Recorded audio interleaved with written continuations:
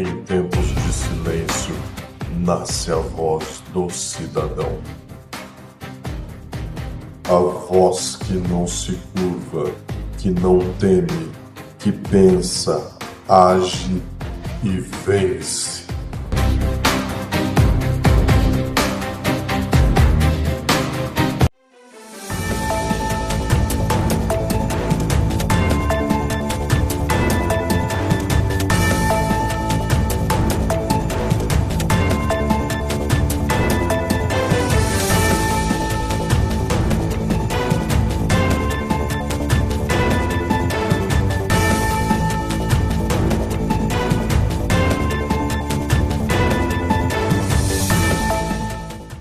Bem-vindo a esse ano de 2026, nosso primeiro programa do ano, e eu estou aqui na companhia dele, Josué Endo. Tudo bem, Josué? Como você está?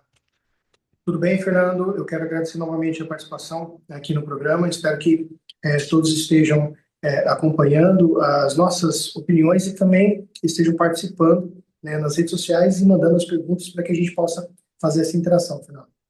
Beleza. Ô, Josué, então vamos começar o nosso programa de hoje falando sobre. O programa de hoje, gente, nós vamos falar sobre eleições de 2026. Qual que é a importância e qual que é a relevância? Porque esse ano, né, Josué, as eleições têm um poder muito mais relevante do que as eleições passadas, né? Todo mundo está falando que as eleições de 2026 será um divisor de águas para o nosso país, né? Então eu gostaria de saber de você, Josué, qual que é a importância, por exemplo, da gente eleger a maior quantidade de deputados federais de direita? É, qual que é a relevância de ter um presidente da Câmara de Deputados de direita? Eu gostaria que você comentasse a importância, da Câmara de Deputados Federais, para essas eleições de 2026, Josué. Bom, Fernando, a atual situação que nós enfrentamos no Brasil é que a grande maioria dos deputados, eles são, né, não estou falando apenas deputados federais, mas nesse caso vamos falar da Câmara, tá, federal, a maioria dos deputados são de centro. Então, nós temos uma pouca parcela, vamos colocar uma pequena parcela de esquerda e uma pequena parcela de direita. O que podemos entender disso é que a Câmara, tendo uma quantidade maior de deputados do centro, fica à mercê, muitas vezes, do governo. Veja, deputado do centro ou qualquer político que se coloca como centro, ele não transfere, desde o seu discurso ou desde as suas propostas, aí os seus ideais para a população. Ou seja, quando você pergunta quais são os ideais desse político, ele não é muito claro em relação a isso. Então, ele tanto é de um espectro político quanto do outro. Vale lembrar também, Fernando, que não existe apenas esquerda e direita. Nós temos que entender que é como se fosse uma paleta de cores, né? Nós temos as nuances.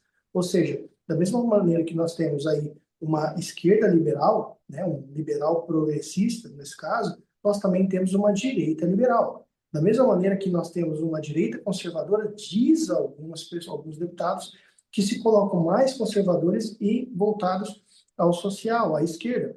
Então, nós temos aí essas divisões. Essas divisões, claro, são usadas de uma maneira um pouco maior em relação a deputados de centro, e que fazem, e por si só, se colocam nessa classe a maioria dos deputados federais. Sendo assim, nós temos ali a grande maioria que irão votar para presidente da Câmara, sendo centro, ou automaticamente nós temos o presidente da Câmara sendo de centro. Ou seja, se tiver mais verba, verba aí para ele poder gastar como ele quiser, ele simplesmente vai aderir e vai votar de acordo com os interesses particulares ou interesses do partido.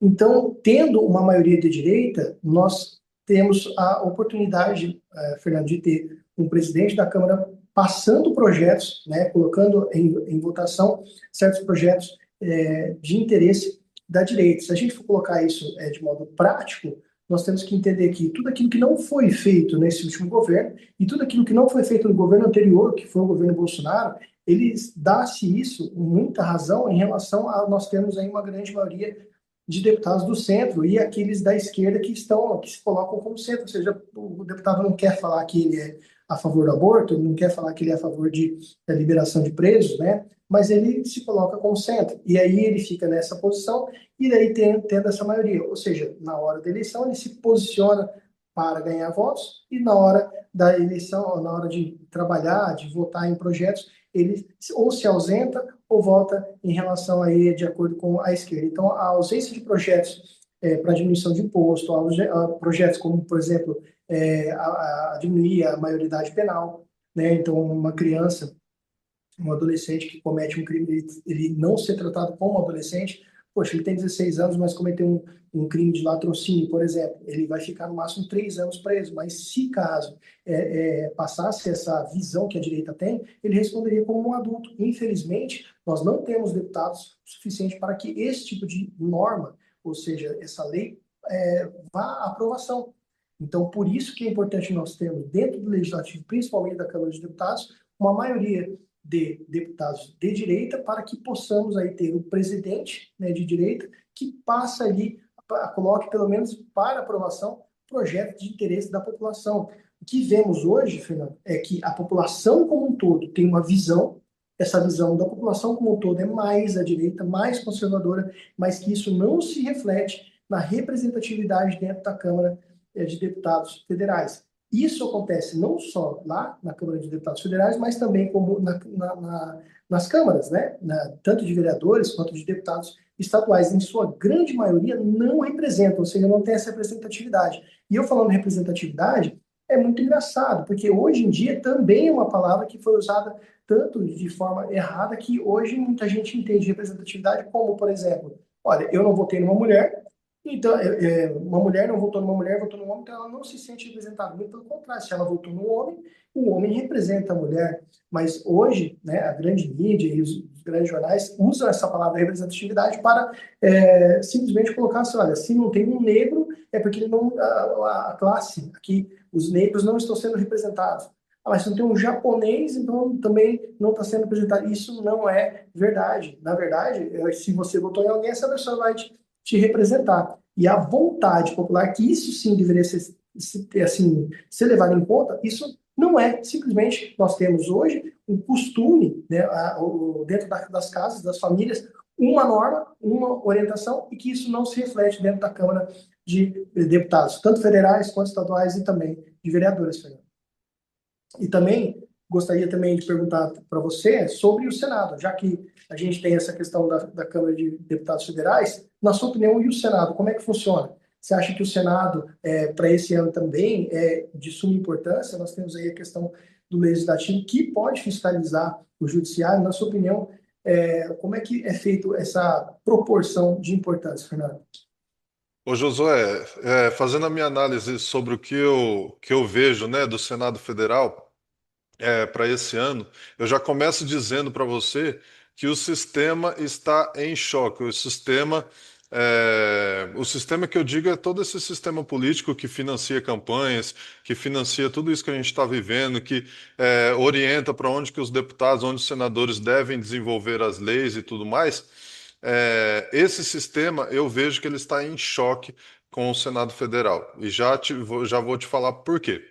Porque é sabido de todo mundo que o nosso Senado Federal é composto de 81 senadores ao todo, né? Então, assim, para que o nosso público saiba também, é, o Senado, de 4 em 4 anos, em 4 anos, ele vai repor 27 senadores, um terço, e essas eleições de 2026, ô Josué, é onde a gente vai escolher 2 terços, do Senado Federal. Então, assim, a gente vai escolher 54 senadores, ou seja, um ano a gente escolhe 27 senadores e no outro ano 54 senadores. Esse ano é de suma importância, 2026, que a gente vai escolher esses 2 terços do Senado.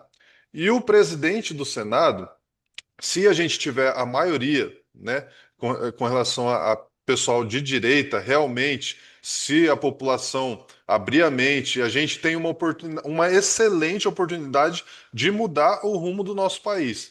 Porque se contar os realmente de direita que a gente tem lá hoje, Josué, que são poucos, que tem aquela pauta de pautar o impeachment de ministro do STF, que lutam, que brigam mesmo pela causa, digo, dos brasileiros, a gente já tem alguns senadores lá com esse perfil. A gente tem a oportunidade agora, o Brasil, de escolher mais 54 senadores esse ano, 2/3, com esse mesmo perfil. Então, se a gente mudar a mentalidade, a gente consegue também mudar a presidência da Câmara do Senado. Isso tem tirado a noite de sono de ministro do STF. Tanto que, esse tempo atrás, o ministro Gilmar Mendes entrou com um pedido para que o PGR fosse o único órgão que fizesse o impeachment de ministros do STF, né? Então isso não foi para frente, tá? Então, assim, eles já estão se movimentando para que o Senado não tenha, já estão querendo tirar esse poder do Senado Federal para jogar para impeachment de ministro é só a PGR que faz. Então, por quê? Porque lá na PGR tem o Gonê, que faz parte do meio deles, né? E sabe que não vai acontecer nada com eles. Já estão tentando fazer isso. Então, eu vejo isso um ato de desespero do pessoal, preocupação altíssima com até manutenção do cargo deles como ministro no STF. Então, se a população escolhe a maioria do Senado de direita, isso significa, Josué, que a gente vai ter um presidente do Senado de direita e que vai pautar a questão de impeachment de ministro do STF. E isso tem deixado tanto os ministros como o sistema, a Faria Lima, enlouquecida.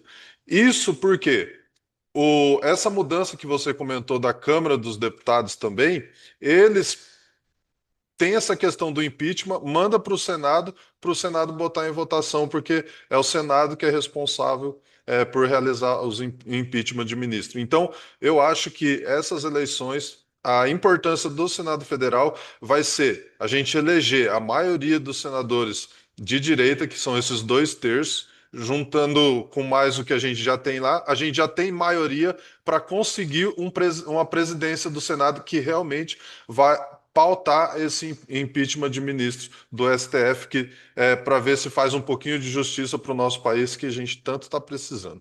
Essa é a análise que eu tenho para fazer sobre a importância da votação do Senado Federal para 2026, Josué. E Pois é, pode falar. não, só queria acrescentar, Fernando, porque além do que você está dizendo, nós temos que entender que o Senado também faz a sabatina da escolha, né, dos ministros do STF. E que nessas últimas indicações, nós tivemos aí certos posicionamentos. O que eu acho que a população tem que entender e acompanhar mais é um exercício fácil, Fernando, que é de não esquecer como que foi feita essas votações, né? Nós temos aí alguns personagens, vou citar um aqui que é o Sérgio Moro, que foi muito bem votado, né, no Paraná para o Senado. Ele ganhou, né, virou senador. Agora ele aí como pré-candidato, está liderando as pesquisas e eu não faz diferença nenhuma para mim pesquisa. Eu acho que pesquisa não tem fundamento nenhum científico, mas enfim, e que está aí sendo muito cogitado para governador. Mas é uma figura, Fernando, que votou a favor do Flávio Dino dentro, né, ali como indicação para ministro do Supremo. Então, para quem votou nele, tem que pelo menos entender e lembrar, né, do posicionamento, daquele abraço apertado que ele deu no Flávio Dino e da votação, e que ficou bem explícita, apesar de ser de forma sigilosa, todos sabemos que ele votou a favor. Porque quem votou contra, ele mostrou o voto, falou, olha, eu votei contra. Quer dizer, publicitou o voto, e não foi o caso do Moro. Então, eu acho interessante que eu preciso dizer isso, que um conselho que eu daria para as pessoas que estão se politizando é apenas refresquem a memória, não esqueçam do posicionamento dos políticos, porque agora, na época de eleição, todos que tiveram um posicionamento duvidoso, vamos dizer, dessa questão da ideologia, agora eles simplesmente vão fazer de conta que não foram eles que tomaram essas atitudes, mas que o povo lembre, para que possa realmente, como você bem colocou aí, escolher de forma adequada, para que nós possamos, no mínimo, fiscalizar. Não, veja, não é uma questão de direita e esquerda. Você ter ali deputados de direita, ou, desculpa, senadores de direita, é uma questão de fazer valer a prerrogativa do senador, que é o quê? É a fiscalização. Né? Dentre outras funções, a primordial do Senado é fiscalizar o judiciário, e o que não tem acontecido, né, nesses últimos anos, Fernando. Sim, ô Josué, eu gostaria de deixar registrado também algo muito importante que eu vi numa entrevista do Jeffrey Schickini, que o pessoal perguntou para ele se ele tem intenção de sair candidato nas próximas eleições ou não. E ele ressaltou, indo de encontro com isso que você falou, das escolhas, né, dos candidatos, não só de Senado, mas deputado federal, mas também deputado estadual, governador, enfim, presidente, né, que a gente vai escolher esse ano. Assim, procurar escolher candidatos que eu achei isso muito importante que ele falou, candidatos que não querem ser candidatos, por exemplo, porque a gente tem muitas pessoas que não querem ser candidatos, mas que estão entrando como candidatos justamente porque não aguenta mais, porque está estafado. Então, assim, tem pessoas muito boas entrando na política, a pessoa não tem vontade nenhuma de ser candidato, só que ao ver o mal dominando, ao ver tudo isso que a gente está passando no nosso país, as pessoas, assim como eu, assim como você, por indignação mesmo, nós estamos tentando entrar para a política, tentando conseguir o apoio das pessoas. Assim, são pessoas que escolher pessoas que não têm vontade de entrar na política, mas está entrando não por cargo, por salário, mas assim por querer realmente mudar a vida das pessoas. Eu acho que isso é importantíssimo que ele falou nessa entrevista. Eu queria deixar aqui registrado para as pessoas entrarem nos perfis do pessoal das eleições aí que vai se colocar à disposição ainda, né? E ver se é político de carreira, se não é, ou se está entrando, se o cara é empresário, se ele está entrando, se ele está entrando com a mentalidade realmente de mudar a vida das pessoas. Eu acho que isso vai ser importantíssimo para as pessoas, para a gente, para nós brasileiros e para mudar mesmo o rumo do nosso país, né? Só isso aqui que eu queria deixar registrado. E já perguntando para você, Josué, com relação à presidência da República. Vamos falar um pouquinho sobre a presidência da República. A gente tem aí, assim, o que eu vejo, assim, os cinco candidatos aí que estão mais na mídia e tudo mais. Eu queria que você falasse um pouquinho para a gente sobre a relação sobre eles, né? A gente tem o Flávio, a gente tem o Lula, a gente tem o Zema, o Caiado e o Ratinho. O Ratinho Júnior aqui do Paraná, né?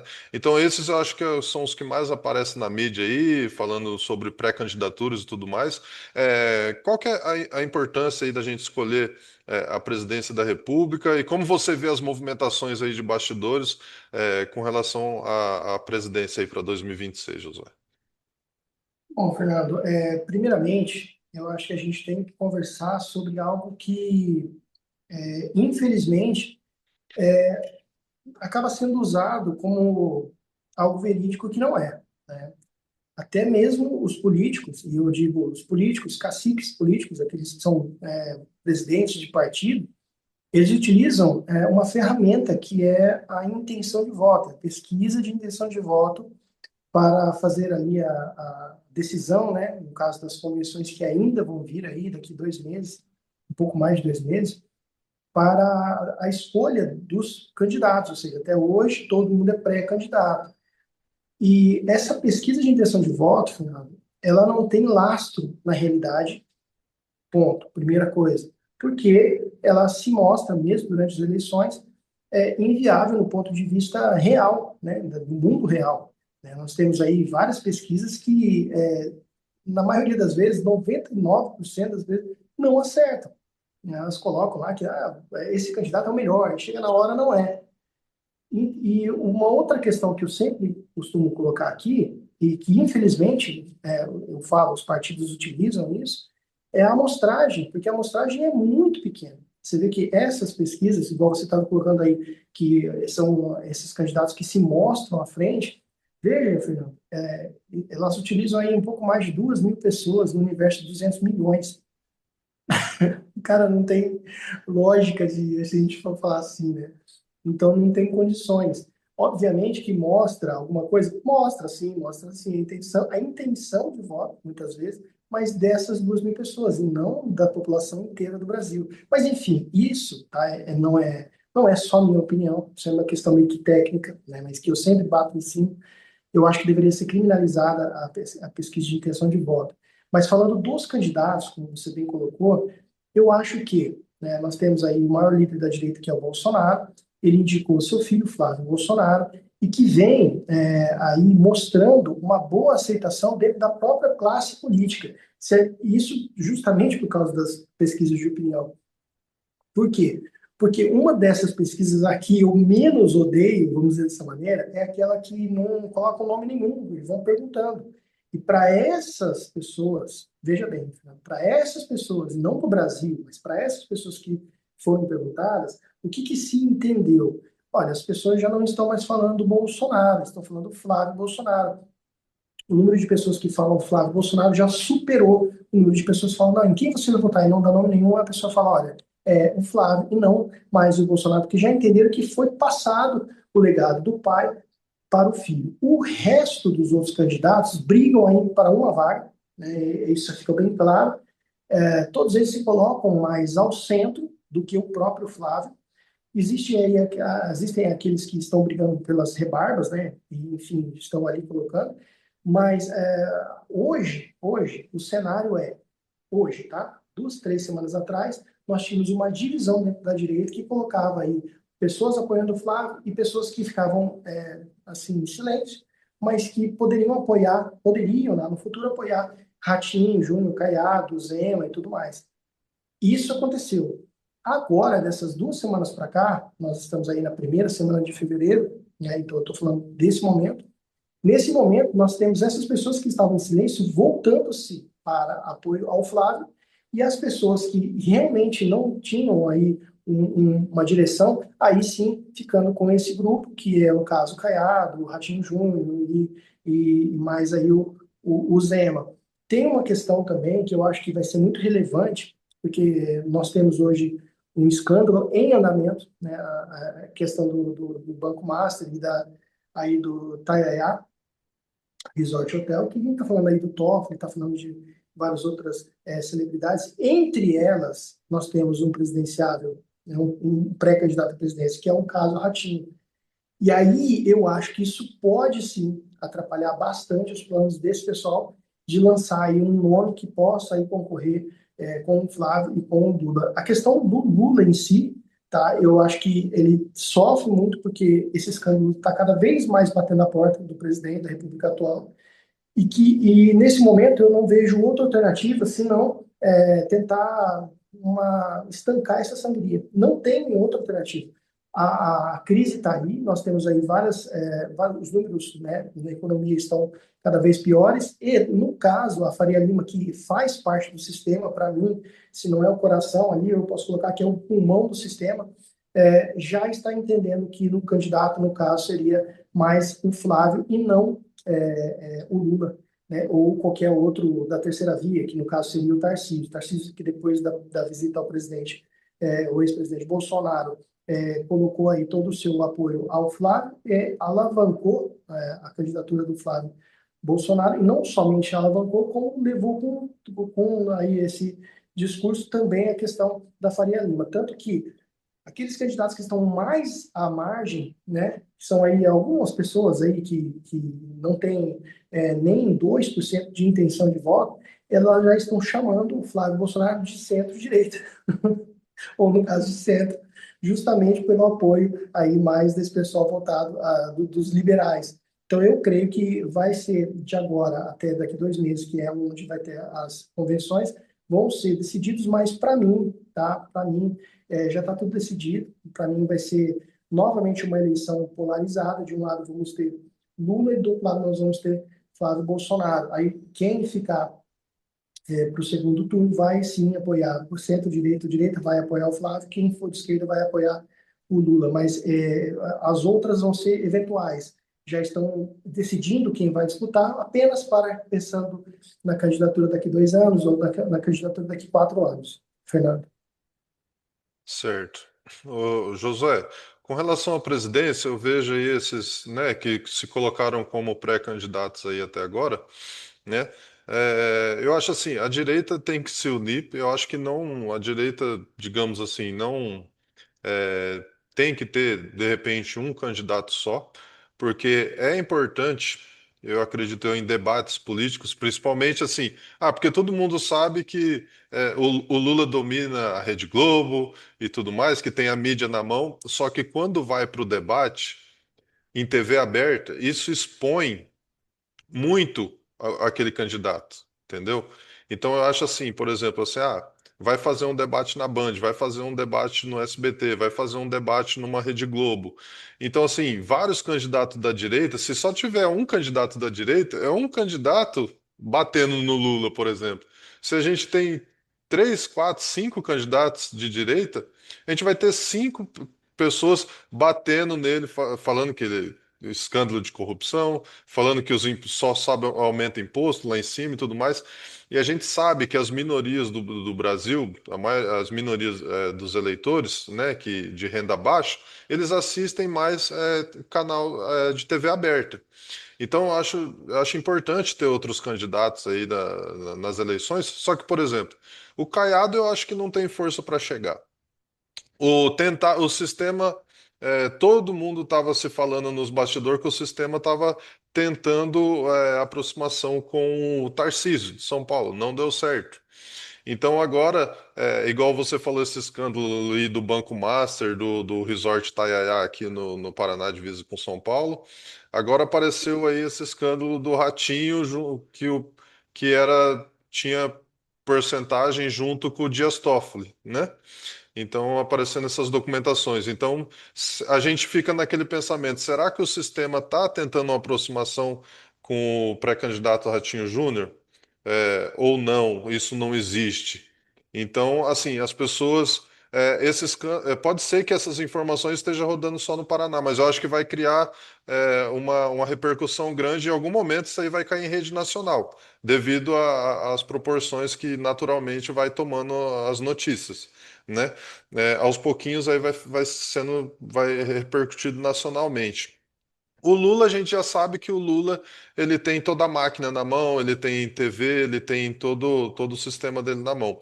O Flávio ele vai ficar isolado ali porque ele tem a população inteira de direita, mas só que ele não tem TV, ele não tem o sistema, ele é um cara que ele não vai se vender para o sistema.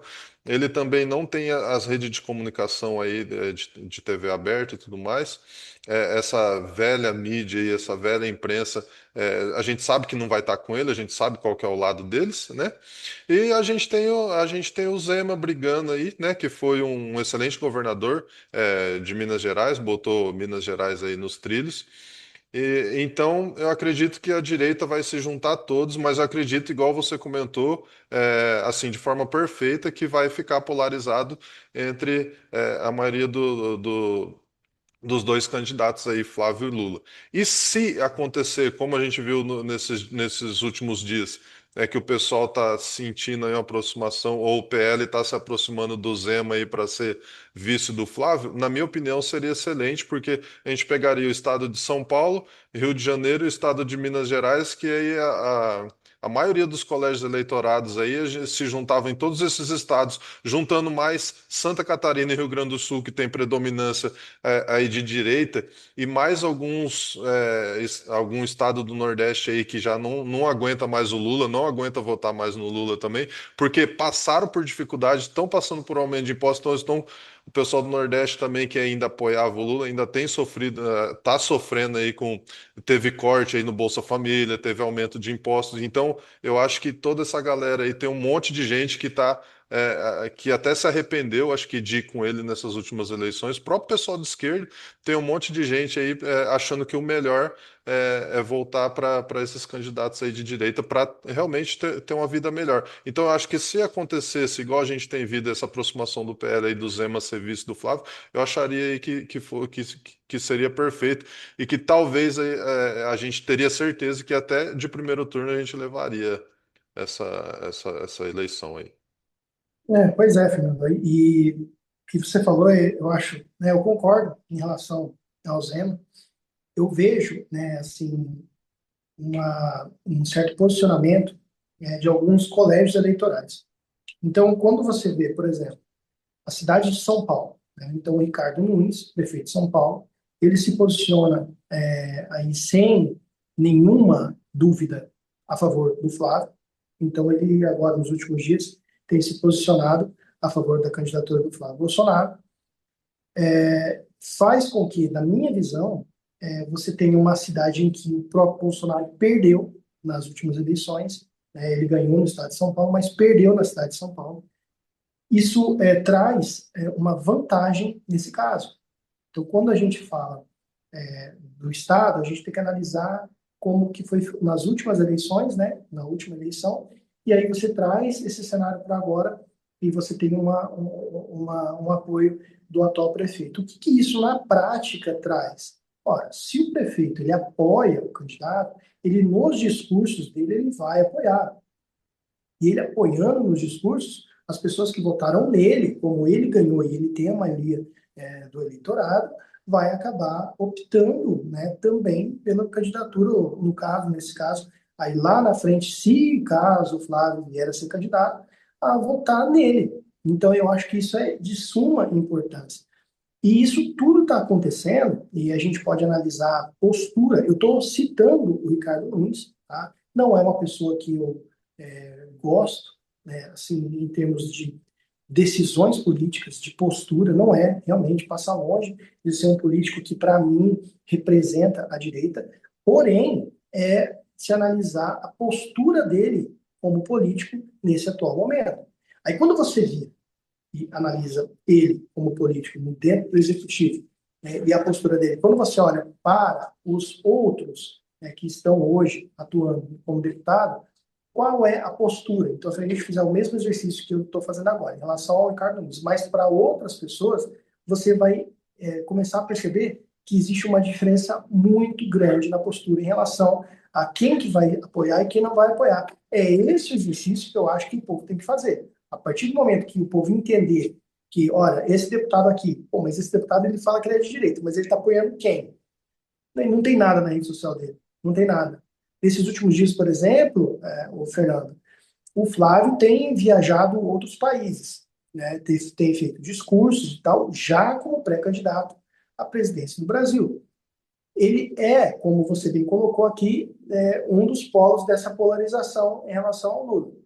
Veja, se a gente analisar, a gente tem vários outros presidentes de outros países que aí repostaram o discurso. Alguns deles repostaram na íntegra o discurso. Nós temos aí o presidente da Argentina, nós temos as autoridades dos próprios países em que o Flávio acaba passando, repostando, publicando e falando, olha, esse cara aqui fez um belo discurso e tudo mais. E a gente não tem os deputados aqui dentro do próprio país, né, republicando ou comentando sobre o assunto. Então, nós temos que entender que só daqui 2 meses que a gente vai saber quem que vai estar do lado de quem, mas como você falou, eu acho que nesse momento a direita ela precisa se unir para que possa alavancar e colocar o nome aí à disposição do povo. Né? Até o momento, Fernando, eu não vejo dessa maneira. Eu não estou vendo o que está acontecendo. Eu concordo com você, acho que tem que ser feito dessa maneira, mas eu não vejo que isso está acontecendo. Basta aí a gente esperar e ver se esses deputados eles vão sair de cima do muro e vão começar a apoiar algum nome. Se caso eles fizessem, tanto esse grupo aí, Caiado, Ratinho, Zema, esse um desses nomes sairia já eu como pré-candidato, um nome forte. Mas até o momento, o que eu estou vendo é que as pessoas elas preferem esperar para ver o que vai acontecer, para saber qual bonde que elas vão subir. Quem tem mais voto esse bonde aqui, então eu vou subir nesse daqui. Mas isso não eu discordo um pouco, né, do seu posicionamento, quando você fala assim que tem que ser, não, desculpa, não do seu, mas acho que do Chiquinho, né, que você citou aí, que tem que procurar pessoas que não estão dentro da política. Só que essas pessoas que não estão dentro da política é que estão fazendo isso, Fernando. Que agora, o que acontece? Ele não é político, mas ele está agora como político. E aí ele tem o cargo, ele está ali. Ele olha assim e fala, pai, mas quem que eu vou? Quem que eu vou apoiar aqui? Eu vou ganhar mais com quem? Quem que tem mais voto? Aí na hora que sai uma pesquisa eleitoral, na hora que sai, aí ele vai e se posiciona. Então, eu acho que as pessoas precisam olhar a vida pregressa, como você bem colocou, mas não necessariamente se a pessoa, eu não quero ser político, mas eu vou ter que ser político porque eu não estou aguentando. Indignação todos têm. Agora, a capacidade de se posicionar, aí é que está. Hoje eu vejo no Brasil uma deficiência gigantesca do político poder se posicionar. Ué, quais são os valores que você defende? Eu defendo esse. Ah, mas e na economia? Bom, eu sou contra o combustível futuro, eu sou contra colocar etanol na gasolina. Eu tenho certeza que quem está me ouvindo agora falar, realmente, eu também sou contra colocar. Mas pesquisem, vão lá e pesquisem quem que votou a favor do combustível futuro. Vocês vão assim, se surpreender, Fernando. É isso aí, Josué. Vamos chegando aí mais ao fim de mais um programa aí. Muito obrigado à nossa audiência, que é extremamente qualificada. Sempre, assim, interage bastante com a gente nos comentários, no chat, em mensagem particular para a gente. Josué, muito obrigado pela sua participação. Hoje, mais uma dose diária de política para o pessoal. Um abraço, Fernando. Muito obrigado novamente. Até quarta-feira. Valeu, obrigado. Tchau, tchau. Em tempos de silêncio, nasce a voz do cidadão. A voz que não se curva, que não teme, que pensa, age e vence.